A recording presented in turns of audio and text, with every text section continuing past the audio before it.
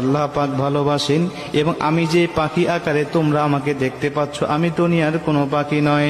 আমি হলাম এমন একটি আমল, দুনিয়ার জমিনে বান্দা যত কোরআন তেলাওয়াত করেছে, দুনিয়ার জমিনে নামাজের মধ্যে বান্দা কোরআন তেলাওয়াত করেছে, দুনিয়ার জমিনে বান্দা আল্লাহর জিকির করেছে, দুনিয়ার জমিনে তাহাজ্জুদে আমাকে তেলাওয়াত করেছে, দুনিয়ার জমিনে বান্দা সর্বসময় আমার তেলাওয়াত করেছে, ঈশার নামাজের পরে বান্দা আমার সূরা মুলুক তেলাওয়াত করেছে, ফজরের নামাজের পরে বান্দা আমার সূরা ইয়াসিন তেলাওয়াত করেছে, মাগরিবের নামাজের পরে আমার সূরা ওয়াকিয়া তেলাওয়াত করেছে।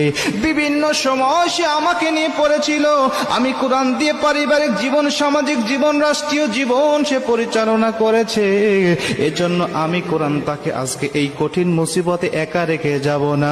আমি এসেছি তাকে পাহারা দেওয়ার জন্য, কবরে, মিজানে, হাসরে ফুলসিরাত পার করাইয়া বান্দাকে জান্নাত দেওয়ার আগ পর্যন্ত আমি তার পিছন থেকে সরব না। জোরে কোন সুবহানাল্লাহ। আমি তার পিছন থেকে যাব না, আমি কঠিন মুসিবতে তাকে একা ফেলে রেখে যাব না। তুমি চলে যাও, তার কাছ থেকে তোমার উত্তর নিতে হবে না। তিনি ডাক দিয়া বলবেন, না, উত্তর দিতেই হবে, বের করে দাও।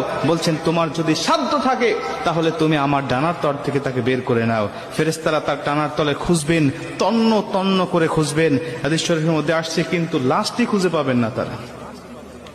মুসলমান ভাইরা রে আমার, ফেরেশতারা আল্লাহকে ডাক দিয়ে বলে, মালিক, অমুকের সন্তান অমুককে এই কবরের মধ্যে কিছুক্ষণ আগে রেখে গিয়েছিল তার আত্মীয় স্বজন, কিন্তু এখন তো তার কবরে তাকে পাই না, কেন, কোথায় গেল, আপনি আমাদেরকে বলেন।